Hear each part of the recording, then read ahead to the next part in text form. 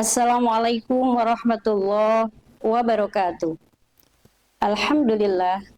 Alhamdulillahilladzi ja'ala syahru Ramadana syahrun mubaraka. Amma ba'du. Qala Allah subhanahu wa ta'ala fil Qur'anil Karim. A'udzu billahi minasyaitonir rajim. Bismillahirrahmanirrahim. Wa idza sa'alaka 'ibadi anni fa inni qarib ujibu da'watad da'i iza da'an falyastajibuli wal yu'minu bi la'allahum yarshudun. Qala Nabi sallallahu alaihi wasallam, Allahumma ahillani bil yumna wal iman was salamata wal islam rabbi wa rabbukallah. Shadaqallahul azim. Alhamdulillah, pada hari ini kita telah memasuki Ramadan yang beberapa hari. Dan kita bersyukur kepada Allah Subhanahu wa taala di mana Allah masih memberikan nikmat panjang umur, sehat walafiat kepada kita semuanya. Ketika Allah berbicara atau berfirman mengenai Ramadan di dalam surat Al-Baqarah ayat 183, beliau mengatakan bahwa Ramadan itu adalah bulan yang diagungkan oleh Allah Subhanahu wa taala. Bulan di mana ketika kita bermunajat, doa kita akan diterima. Di situ turun Al-Qur'an. Dan di mana bulan Ramadan, Lailatul Qadar itu terjadi. Maka aktivitas kita sebagai seorang wanita muslimah tentunya kita harus memfokuskan di bulan Ramadan ini dengan mensupport daripada kegiatan-kegiatan yang diridhoi oleh Allah Subhanahu wa taala. Di antaranya adalah ketika kita memasuki bulan suci Ramadan, Allah menjanjikan kepada kita seorang wanita itu akan diangkat derajatnya ketika membekali dirinya dengan ilmu pengetahuan. Ketika seorang wanita ketika beribadah fokus dan khusyuk untuk kepentingan keluarga dan kepentingan pribadinya juga kepentingan masyarakat. Jadi seorang perempuan itu akan bernilai lebih tinggi harkat derajatnya ketika mampu menempatkan dirinya pada posisi kewanitaannya. Kemudian apa yang dilakukan oleh seorang wanita ketika bulan suci Ramadan? Sekurang-kurangnya wanita itu mampu memanage waktunya pada saat bulan suci Ramadan. Kapan dia bisa beribadah fokus kepada Allah Subhanahu wa taala? Karena pada bulan ini adalah bulan di mana Allah memberikan begitu banyak kebaikan-kebaikan, maka ibadah mahdoh terutama puasa ini perlu kita tingkatkan sebagai seorang wanita. Kemudian bagaimana memanage kehidupannya di bulan suci Ramadan dengan suaminya. Seorang istri, sesibuk apapun, seorang wanita itu harus mampu menempatkan dirinya sebagai seorang istri. Kita harus menyiapkan makannya, tidurnya, dan juga segala sesuatunya sehingga suami merasa nyaman di samping kita sebagai pendampingnya. Kemudian bagaimana kita memanage diri kita untuk keluarga atau anak-anak kita. Karena pada saat bulan suci Ramadan, setidak-tidaknya kita harus mempersiapkan makannya, kemudian ibadahnya, kemudian juga kita lantunkan doa-doa yang paling bagus di bulan suci Ramadan, karena pada saat itulah doa-doa kita akan diterima oleh Allah Subhanahu wa taala. Lalu kita pun sebagai seorang wanita karir tentu mampu menempatkan diri kita mana kerjaan yang perlu kita utamakan dan mana pekerjaan yang kita harus berikan kepada keluarga kita, dan juga bagaimana peran kita sebagai seorang masyarakat yang tentunya kita itu harus berkiprah di dalam masyarakat agar Allah senantiasa memberikan keberkahan di dalam kehidupan kita.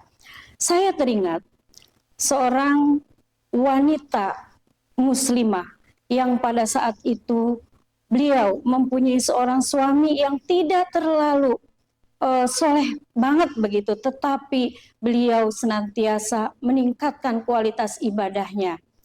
Beliau percaya bahwa orang yang mampu membangunkan dan menghidupkan bulan suci Ramadan itu ketika Allah berfirman di dalam surat As-Saff ayat 10 yang bunyinya Bismillahirrahmanirrahim, ya ayyuhalladzina amanu hal adullukum ala tijarah tunjikum min azabin alim tu'minuna billahi wa rasuli wa tujahiduna fi sabilillahi bi amwalikum wa anfusikum zalikum khairul lakum in kuntum ta'lamun.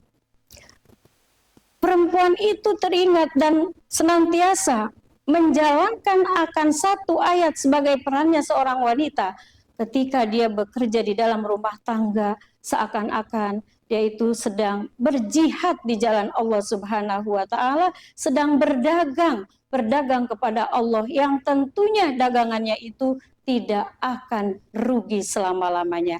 Apa yang perlu didagangkan di dalam sebuah kehidupan rumah tangga dan aktivitas sebagai seorang perempuan?